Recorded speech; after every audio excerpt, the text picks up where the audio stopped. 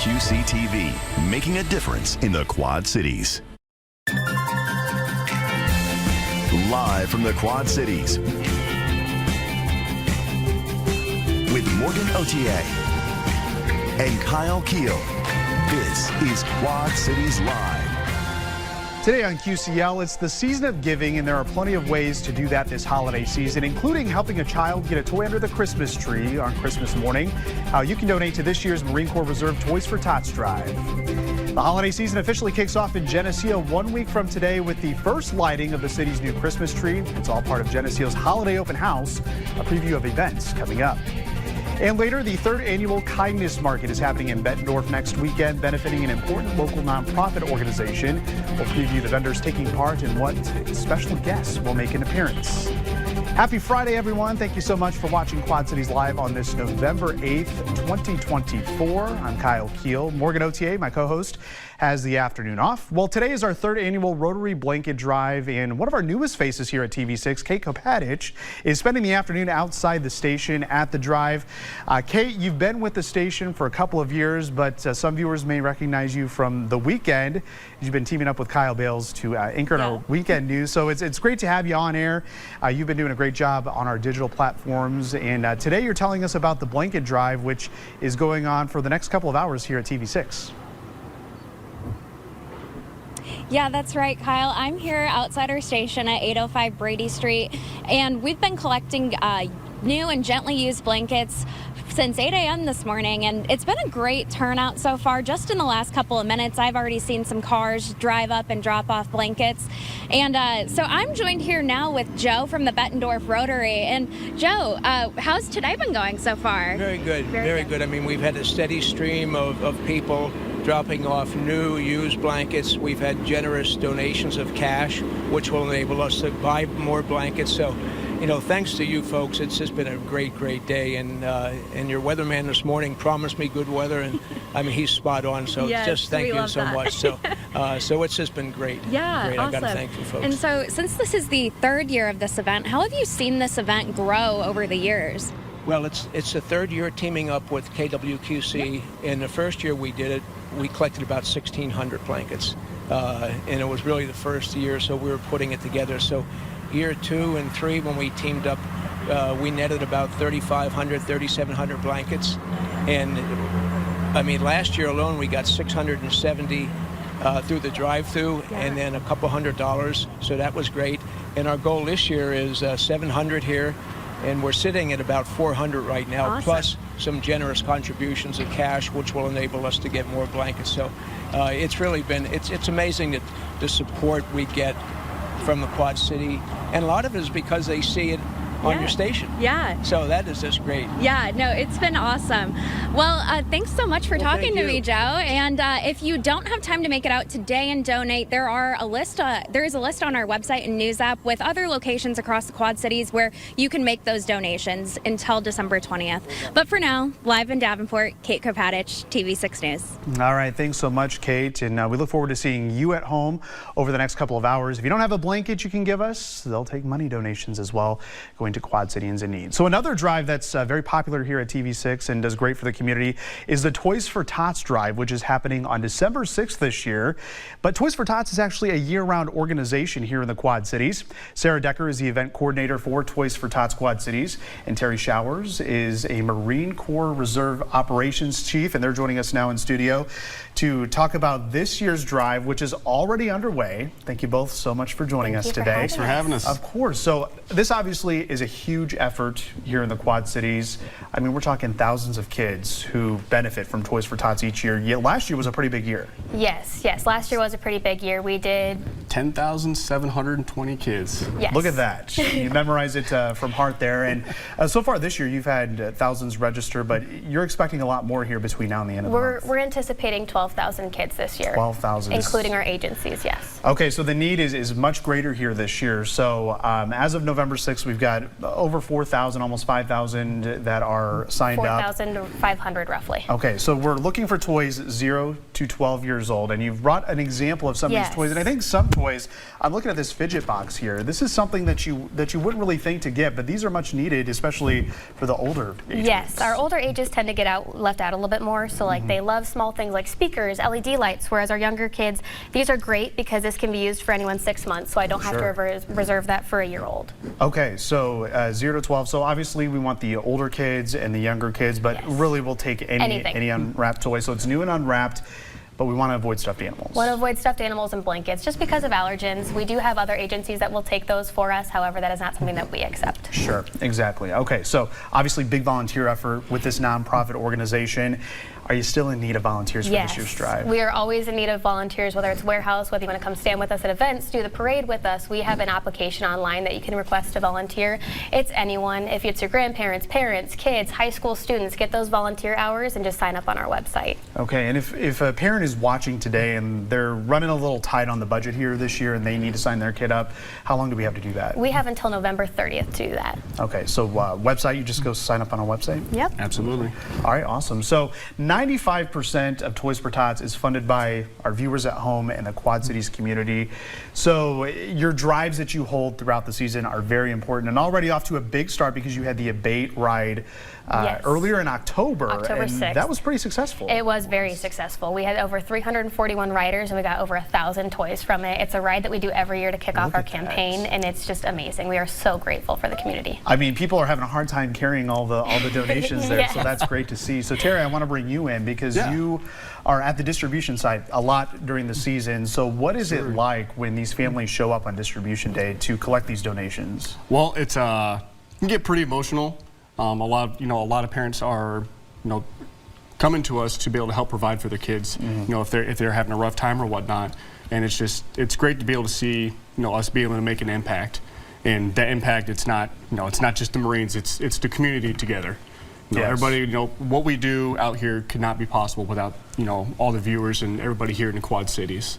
And with that too, like everything that we do, all the toys, whether monetary donations, toy donations, everything stays here in the Quad Cities, and we're taking care of our own. And that's the most important part. I've been to the distribution site before, and I mean, it's just overwhelming when you walk in and see just the piles and piles of toys for each age group. So speaking of the warehouse, you're in need of one for next year's drive. This year you have it in East Moline, but you need a different space for 2025. So how can the community help? So the community can help with us by giving us ideas for warehouse spaces. If you know someone that's got warehouse space, reach out to us. You can contact us on our website. We have all of our points of contact listed on there. Unfortunately, we are losing our warehouse next year. We've been very grateful for the city of Moline for hosting us the last couple of years. But unfortunately, due to this halt, we won't be able to have a campaign next year until we have a warehouse location. So if the community could reach out to us with ideas, if you know somebody, reach out. Anything helps. We'll take anything. Okay, and I have a feeling that someone will, because the Quad Cities community is so great, especially when it comes for the Toys for Tots drive. So aside from our drive here December 6th, there's a couple other ones that we want to make you aware about. I know there's one going on at Barnes & Noble for a couple week period, right? November 24th through December 19th, Barnes & Noble in North Park will be collecting their book and their toy drive. They are collecting toys this year, but they normally get books, coloring books. And they'll be collecting those until December 19th, excuse me.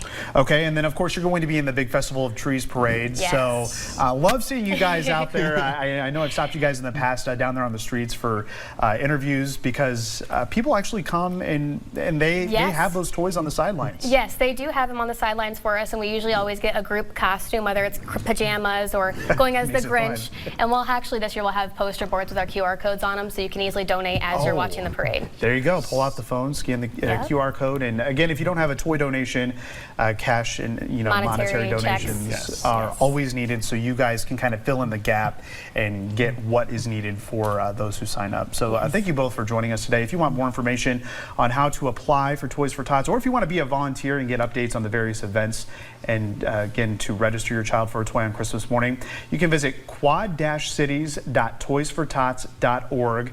And don't forget, KWQC's toy drive here at the station is Friday, December 6th. We're out there for 12 hours from 6 a.m. to 6 p.m. at Channel 6, 805 Brady Street in Davenport. Sarah, Terry, thank you so much for joining us today. Obviously, a very important work that you guys do. We're very grateful for you guys. And we are grateful for you as well. Thanks so much. Well, next on Quad Cities Live, the Blessing Tree is in its 26th year, benefiting cancer support community at Gilda's Club. This time, it's at a new location. We'll get all the details next.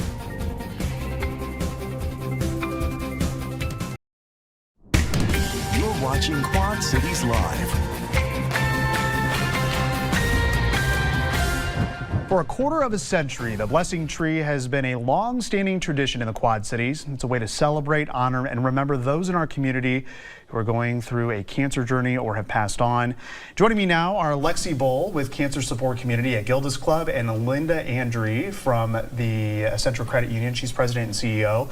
Ladies, thank you both for joining us. Big partnership that you have for the Blessing Tree, which this year marks year 26. And the lighting of the tree is coming up in early December, on December 3rd. So Lexi, tell us how this tradition got started.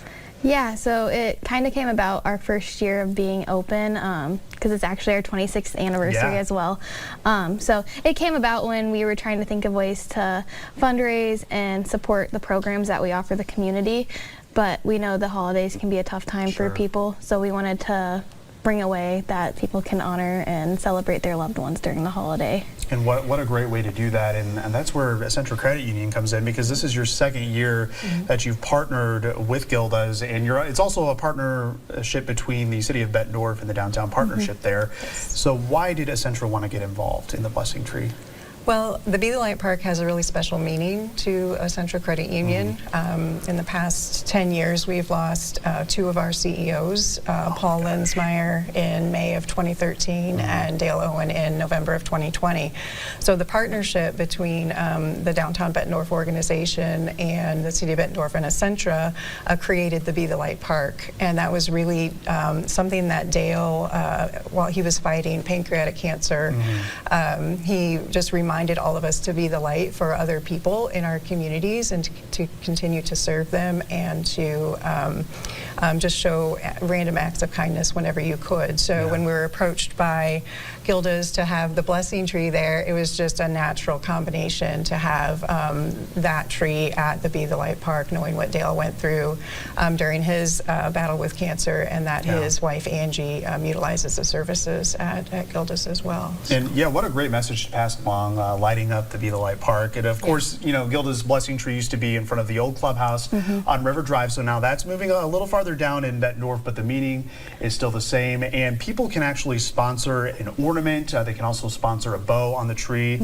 And all those proceeds go straight back to Cancer Support Community at Gilda's. Yes, they all go back to support everything that we offer, whether that be support groups, healthy lifestyle activities.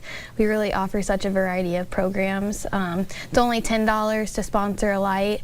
$30 to sponsor a bow, and then $50 to sponsor an ornament. And the nice part is it makes a nice holiday gift as well.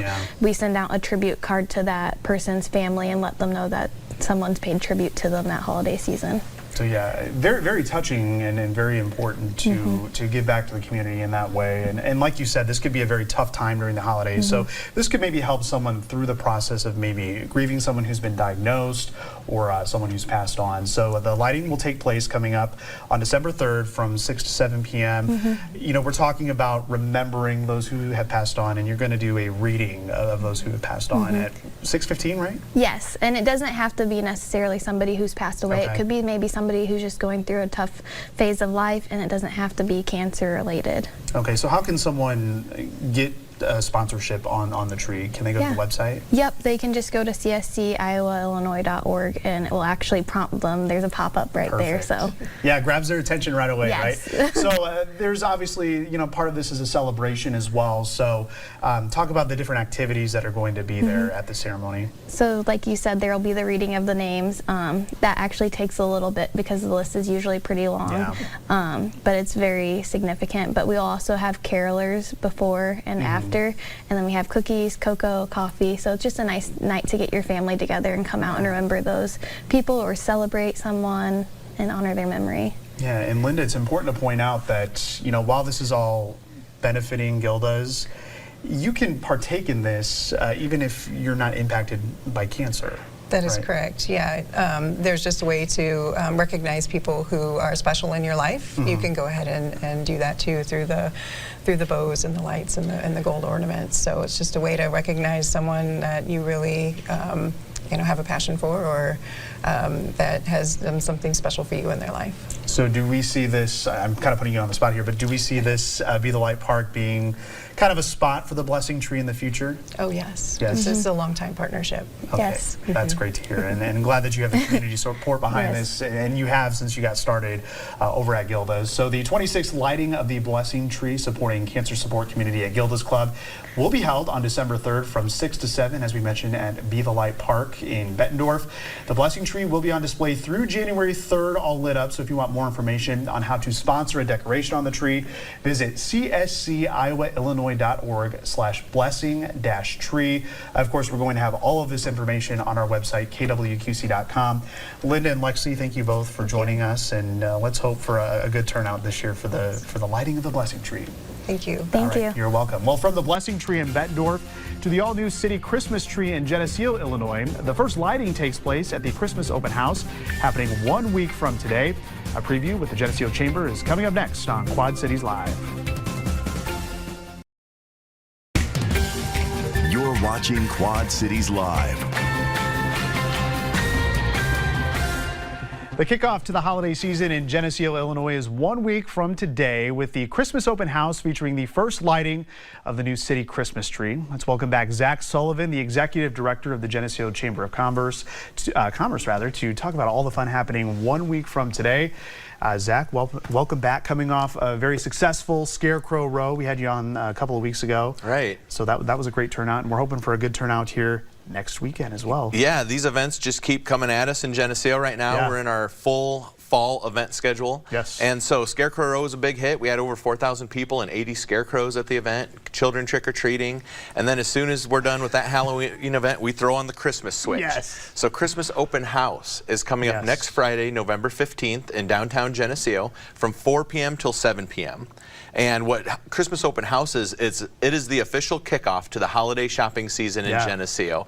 Not only does the city finally roll out the holiday decorations and turn them on for the first time for the season, but also our stores are open a little bit late for people to do some nice candlelight shopping for the holidays. Yeah, and what I think is very unique about this event is you have free horse carriage rides, correct? Yeah, they're horse and wagon rides. Yes, horse and wagon. Yeah, there you go. Yeah, and they're free, courtesy of our friends at Springfield Armory, and that will be going from 4 to 7. And I'm hearing that Santa Claus and Mrs. Claus will be arriving at 6 o'clock on the horse and wagon. Oh, okay. So that'll be a sight to see. The kids can get Santa a little bit early this year and tell them what they want for Christmas. Yeah, you know, it's really cool that Santa takes the time to visit Geneseo every year, even Yeah. a few times this year. I mean, it's like booking Paul McCartney, you know, how much bigger than do you get than Santa Claus? So it's awesome. Yeah, he's a hot commodity here this time of year. So as we mentioned, we're going to have the first lighting of Yes. the new city Christmas tree, which just a few months ago, you had to have a last lighting of your old tree because it actually, on a more serious note, it posed a danger of potentially falling or causing different hazards. So I kind of had to go a different route here this year. So talk about the last lighting. Yeah, so it's interesting how the timeline works because in June we did the last lighting and in we're seeing November we're pictures now, doing the yeah. first lighting. So what we did in June, because yeah, you're right, the tree was at risk of extreme failure. Yeah. The city had an independent arborist come in to assess the tree and highly recommended that it be removed before it falls, and the right storm would have done the trick. Sure. And I have long said that the worst thing that can happen at the Geneseo Chamber is for something to happen to that tree. This Yeah. is the year that it happened. So you were onto this. So in working with the city, we said, why don't we do a final send-off for this tree, right? Yeah. We'll have our own little Whoville moment. And we had over 800 people come to downtown That's great. Geneseo for a summertime celebration of Christmas. And then after the celebration, the tree was removed. So now this new artificial tree will be coming in. The city has purchased a new beautiful tree that will become the new centerpiece of our holiday traditions in Geneseo for years to come. Okay, and this isn't going to be some, 7-8 foot tall tree. I mean, this is going to be pretty impressive. Yeah, this new tree tree is 30 feet tall. 30 feet tall. There you go. It is huge. I have stood next to the tree in sections, and the sections are taller than I am. Yeah. And it is going to be so bright. I think people are going to be very impressed by this tree. I know that some people aren't a big fan of an artificial tree versus a real tree, but clearly the last tree needed to be replaced. If you looked at it in the daytime, it was very thin and it was old.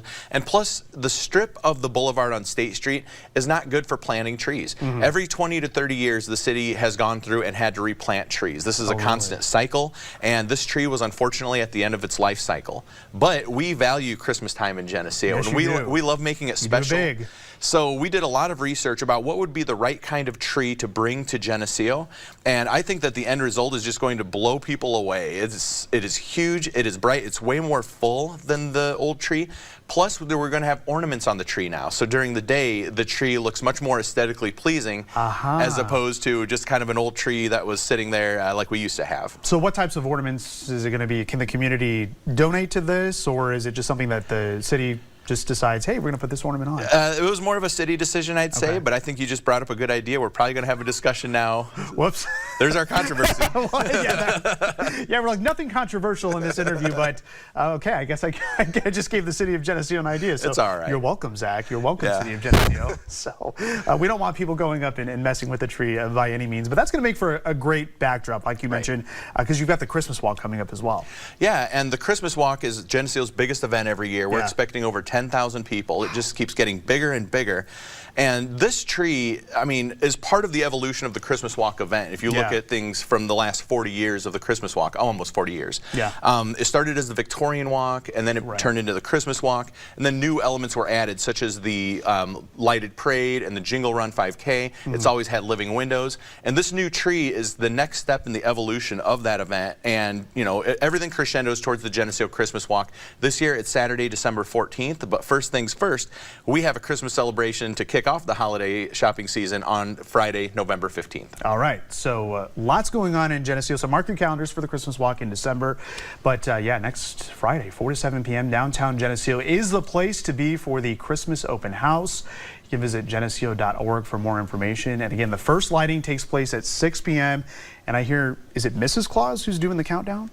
We'll make it Mrs. Claus. I know Mr. Santa Claus will be there too, but Mrs. Claus will be joining him as well. So this will be a big deal for Geneseo. So as always, Zach, thank you so much for joining us and sharing all that Geneseo has to offer. Yeah, thank you so much, Kyle. All right. Well, coming up next in QCL during our next half hour, we still have a lot of great events to talk about, including the kindness market happening in Bettendorf here a little bit later this month. We'll get a preview of all the vendors. Plus, the Arc of the Quad Cities are going to join us. They have a fall parent learning series, a very important time for parents to learn how to care for their children who have special needs. And of course, the weekend, lots of events going on. We have lots of sunshine right now, but soon the clouds will move in. And yes, we do have the chance of rain this weekend. Chief Meteorologist Eric Maitland tracks it out in your First Alert forecast after the break. And now your First Alert forecast with Chief Meteorologist Eric Maitland. Well, Kyle, it's time to debut Janaea Houston here on TV6 First Alert Weather. How long have you wanted to do weather? 16 years, Eric. And you'd think we could get her own microphone, right? So what's today looking like right now? It's looking sunny, guys. Okay, I'm sorry. What were you Sunny, yeah, good. Anything else? It might rain later. I don't know. I'm gonna watch you. No, that's good. That's right. She's got it. All right. Later means Saturday, and yes, it just might rain. All right, yeah, we've been watching these clouds stream through our skies, but as anticipated, we've held on to a lot of sunlight today. No problems there. Temperature-wise this evening, we'll start off in the 50s. We are in the upper 50s to low 60s across the area right now. And as you see, we hit those 40s on the way to lows in the 40s tonight because we get that cloud cover blanket. We're going to keep those lows right around 40 degrees. Yes, that does still mean that some folks will touch the upper 30s, but it will be much milder than last night.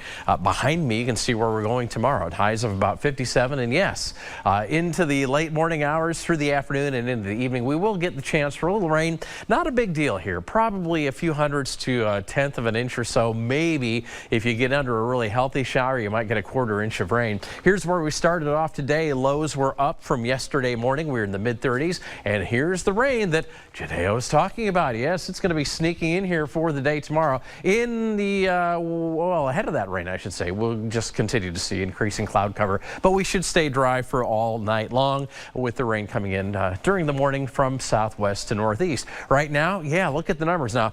Because we held on to a lot of sun, these kind of blew our forecast numbers away. We're going for about 60 here in the Quad Cities. We have 65 right now, 60 in Galesburg, 63 in Kewanee and Princeton, 60 in Galena, 65 in Maquoketa, 63 in Muscatine, Iowa City, and Washington. Just a delightful day. I took off my jacket when I was running around the store today, had the t-shirt on. Tonight we're looking at lows mainly around 40 degrees, so yeah, a little bit milder. And as we time everything out, the clouds come through tonight. For the day tomorrow, we'll have to watch to the south and west because that's where the rain will appear from late in the morning. Here's noon, hasn't quite gotten to I-80, but then it will quickly, and you see just a scattering of what should be mainly light showers across the area, no more than a few tenths of an inch of rain. Even this latest model has taken a lot of areas down from 1/4 of an inch, so a few hundredths to a tenth or two. That's about it. And then this quickly moves out for the evening. We'll watch Sunday. Interesting day. Here's the core of the system. It might bring in enough dry air to give us some sunlight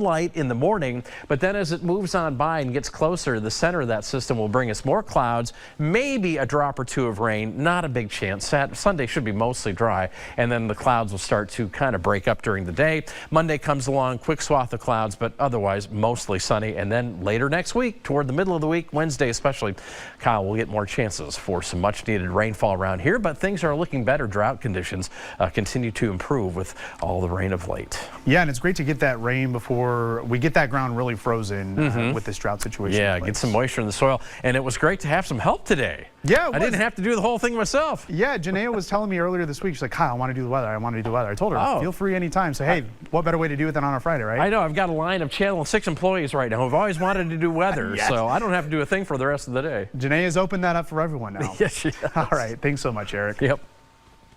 Well, helping provide a safe place to underprivileged youth in our community through sports and fitness. That's the goal of the local nonprofit Haven. Growth in Mind and Body is a beneficiary of some of the proceeds raised at the third Kindness Market happening next Saturday. Courtney Walter is the owner of the market and owner of Needed Kindness, and she joins us now with a preview of the market. Courtney, thank you so much for joining us today. Yes. Great organization you're benefiting, so we'll get to that here in just a few minutes. But this is going to be Live Active 563 in Bettendorf here for the third year. So what was your inspiration to get this market up and going 3 years ago? Yeah, so I started it 3 years ago, and it started off on a smaller scale. Just having a small business myself and attending different markets, I just kind of knew what I liked from each market and what I didn't, so I wanted to combine all of the things that I loved and create my own market and just bring more light to small businesses that touch my heart. Yeah, and you mentioned you're a small business owner, the Needed Kindness Bakery. Yeah. Tell us about how this all started and some of the sweet treats that you offer. Yeah, so I started a little over a year ago. I'm a licensed in-home bakery. I started just because when I was working at various jobs, they weren't the right fit. I was surrounded by a lot of negativity, and I wanted more positive in my life. And I enjoyed baking, so I just started it with friends and family at first, and it kind of blew up. It went crazy, so I said, let's see what we can do with this and make a business out of it. And I think kindness, that's the key here. You mentioned you were full of negativity. We definitely need more kindness in the world. So thanks for bringing that to us. And here are some of your treats that you have. Yes, this is just a small sample. The nice crispy treat with the Fruity Pebbles, the cookies, the brownies, the brookie. And this is one, obviously you'll be one of the vendors there, but you've got about, what, 20 different 20 to local 25, small vendors here. So talk about some of the stuff that you brought for us. Yeah, so I brought various things, but like I said, I'll have over 25 vendors. So I brought, this is from Nika Love's Imagination. They're just kind of like little squishmallows. And then they have books that coordinate with them as well. Oh, that's awesome. There'll be crochet items, which I have in the front there. Some bath and body and self-care items from Ametrine Apothecary up there. You accidentally got some of the lotion on me when I was smelling it. But it smells delicious. It smells good. Not delicious because you're not supposed to eat lotion. Right. But it smells great. Yes, there's some car air fresheners and then just various things, woodworking products. products, earrings, candles, and then some Bridge House cider too, which they'll be there sampling those products the day of the event. Perfect. And obviously there's going to be plenty of food and drink for people to enjoy as well. Yes, yeah, there'll be QC Fork in the Road for our food truck. Nerd Speak Brewery will also be there sampling, and then I'll have coffee and energy drinks as well for the non-alcoholic beverages. All right, and you know, you're talking about kindness. You're being very kind because you're taking some of the proceeds from the vendors who are going to be there and some raffling to donate it to the nonprofit Haven. Why did you choose that? Yeah, so I worked with them last year for my last kindness market, and I just really love their mission. They help provide a safe place to the underprivileged youth in our area through different classes and just health and wellness in general. So I decided to donate 50% of the proceeds of the raffle basket, that we'll have, and then a portion of each of the vendor fees I collected too. And we had Toys for Tots on just a few minutes ago, and you're also going to be having a toy drive. Yes, so Toys for Tots they'll also have a box there that anybody can bring unwrapped toys there, and they'll pick it up at the end. So just a little extra spreading the kindness. And we've mentioned Santa and Mrs. Claus. I mean, they're busy here in the Quad Cities this time of year because they're going to be there as well with pictures. Yes, we'll have free pictures with Mr. and Mrs. Claus there from 12 to 2 p.m. Okay, and what other activities are there for the kids? Because I know there's plenty for everyone. Yes, there's plenty. So in addition to just vendor shopping, there's also, I have a youth vendor who, so she's raising money for a trip that she's going on, but she creates her own stickers. So she'll be selling that, and then there'll be face painting there and just different crafts and different things for the kids to do. You know, I've covered a lot of these vendor events in the Quad Cities over the last couple of months, and one thing remains common. You all need the support of the community. Yes, definitely. And vendor fairs like this are perfect for these small businesses. Yeah, definitely. It's just a one-stop shop for everything, really. I mean, you can go in and shop 20+ vendors just with one area. And let me tell you, what you can find in a big box store, most times you can find at these vendor fairs. You got to get out to these local vendor fairs to see what's out there because a lot of times you'll be surprised at what you can find. So it's fantastic that you have this vendor fair going on for the third year, Benefit in Haven. We have the information on your screen. It's November 16th from noon to 5 at 983 40th Avenue, Suite 1 in Bettendorf. Again, there's going to be face painting, permanent jewelry, raffles, much more, all benefiting the nonprofit Haven. Courtney, thank you so much for joining us, and thank you for the little bit of lotion. It smells like cupcake. Yes, thank you for having me. Very good. You gotta go check it out. Yeah. All right. Thanks so much. All right. Well, up next on QCL, we're going to be sitting down with ARC of the Quad Cities to talk about a very important learning series for parents with children who have special needs. It's coming up a little bit later this month. We'll get all the details coming up next.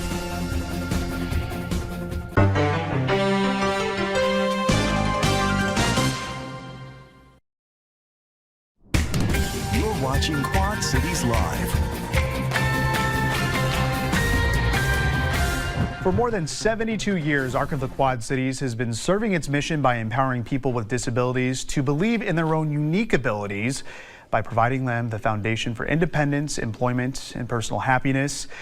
Sue Gadiant, an admissions and outreach coordinator, and Sarah Wright, the Chief Development and Strategy Officer of ARC of the Quad Cities, join us now to talk about a very important learning series coming up a little bit later this month. We appreciate you both for being here today. Thank you for having us. Yes, so this series is coming up a little bit later this month, November 21st at Blackhawk College in Moline. Yes. So why is this series so important? It's for parents to learn about all the different aspects that go into helping a child with special needs.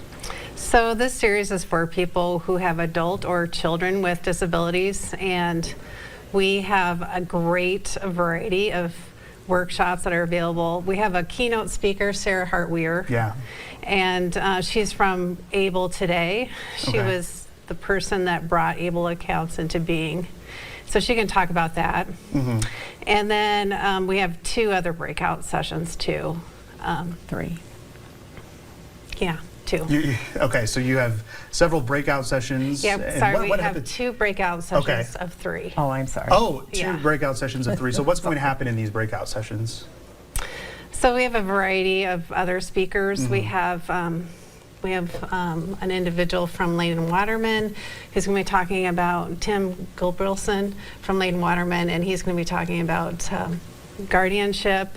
We also have people talking about special needs trusts, Able Accounts, obviously.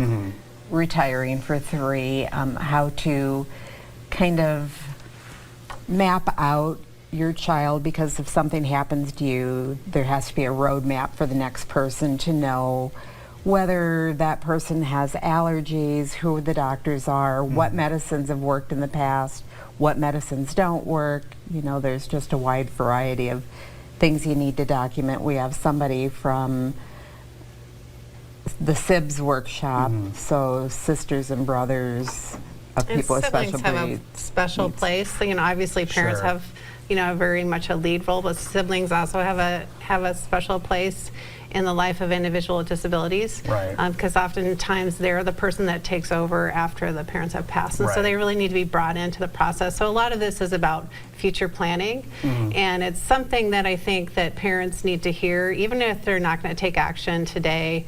They can come, they can listen, they can take in the information. They can maybe act on a few things and then come to another parent learning series next year, maybe take action. It's really, it's something to listen, to make a plan for the future. And that's hard to think about. I mean, people don't talk about their own retirement, let alone retiring for a lifetime beyond yourself. Sure. And you know, Sue, you know the importance of this because you yourself have a son with disabilities, so you've kind of gone through this whole process your entire life. Well, I really have, and you know, luckily when I came into the ARC, it was such a learning experience. I came from the school district, so well, along with having Chris, I've got a pretty good background, and I didn't know what I didn't know until I took this job, and they said, we want to start a parent learning series, and then I started meeting experts and getting the education. Unfortunately, I hadn't taken any steps early enough as far as making sure things were secured. My ex-husband passed away a little over 2 years ago. I'm sorry. Chris had a pretty sizable trust that was going to be coming to him, and I hadn't secured it. So it was all of a sudden take action now. What I want parents to know is it's never too early to start planning. Sure. It's not always too late to start planning. I mean, you still can, but knowledge is powerful. Yes, most And definitely. if you have the knowledge of what you need to do and you just take one step now, don't look at the whole big picture, just take one step at a time. So how can parents register for this event? So they can go to our website, which is arcqca.org. Okay. There is a registration form there. It's under Parent Learning Series under the tag Events. So. Okay, perfect. And the ARC's website is definitely the place to be for all information pertaining to the ARC of the Quad Cities. So the Fall Parent Learning Series is happening November 21st from 4:15 to 8 p.m. at Blackhawk College in Moline. It will be located in Building 1, so you can register by going to the website and also at the email address on your screen. Sarah and Sue, thank you so much for taking the time to talk about this very, very important learning series for Thank ARC. you. Yes. Thank you. All right, thank you so much. Well, next on QCL, we're going to share our wins of the week, including special anniversary, and Eric has a nice win. Look at that beautiful scenery. We'll talk to Eric about that coming up next. You're watching Quad Cities Live. Yes, this is weather without Janelle. That was a lot of fun. So we'll just have to do this by ourselves. 40 tonight. Skies becoming partly cloudy, then mostly cloudy. So it is, as they say, a process that we go to mostly cloudy skies with some occasional showers tomorrow. 57 our high. Southeast winds at 5 to 10. And hey, if you want more rain, and I know my lawn's loving it, we get some of that toward the middle of next week. And highs are pretty consistent, anywhere from the mid-50s to around 60 at their highest. And overnight lows pretty palatable. Nothing too cold in our near future. Yeah, those temperatures not too bad for this time of year. I'm liking it. All right, well, it's time for our wins of the week, as we do every week. And Eric, I'm so sorry. I didn't get a preview of your wins, and the monitor was far away. I didn't do it justice. Guess I've got some explaining to do, huh? So for years, we've had friends in Muscatine. Not too long ago, one of those friends got married. He lives with his wife in Cleveland. Okay. We decided to meet halfway. Okay. Interestingly enough, in Middlebury, Indiana. Ah, hey, there you go. Had no idea. We got a Verbo out there, and it turned out to be Amish country. Really? It was beautiful. Yeah. And one of the stores, and every grocery store has a little cart rail for the horses there, and the buggies. This little place here, Bees Honey, we went to, and it was a little house in the middle of a farm field. That explains and the woman who was there, her and her husband made everything in there, and it included linens, it included jams and jellies, candles, soaps, and everything made of beeswax and goat milk honey. It was just a lot of fun. It was a nice little quick weekend. There we are picking out patterns for Diane's quilt that she's making, little quilt squares. And it was a trip into a different world. It was just lovely. It truly is a different world, but they're hard workers, the Amish. Yeah, and they're very approachable, very polite, and it was just a treat to be there. Yeah, it looks like you had beautiful weather for that as well. So my win of the week, you're looking at some old footage of me. You know, we had to go all the way back 3 years. But today's my 3-year anniversary here at KWQC. I didn't realize it until on LinkedIn I started getting random messages. I'm never on LinkedIn, but I get notifications. And they're like, someone messaged you. And then I also got an email saying that it's your anniversary month, so you have to take some driving tests to make sure you're certified to drive. So celebration from the corporate. I was thinking, and I'm like, oh yeah, November 8th, 3 years. So yeah, 3 years ago, I came back. You know, I'm from the Quad Cities. Never thought I'd be working here. I worked at another station about 12 years ago or so, and left for several years. But I came on as an MMJ in Phil and Weather. Then all the doors open for me, full-time weather. But, you know, weather is, Eric knows this, weather is my thing. That's what I enjoy the most, and I really enjoy doing this show with Morgan as well. 3 years and a few months ago, I found out he was available. And I contacted him. He contacted me, and arrived. I tried to get in before, and they wouldn't let me in, so I had to get your word on it. So. All right, well, coming up next week on QCL, we're going to highlight some local holiday gift and entertainment ideas ahead of the holiday season, along with saying hello, Moline, as we'll feature a few new businesses on QCL ahead of our live broadcast next Friday at 4, 5, and 6. Thanks for watching here at 3. Your news at 4 is next. Have a good weekend.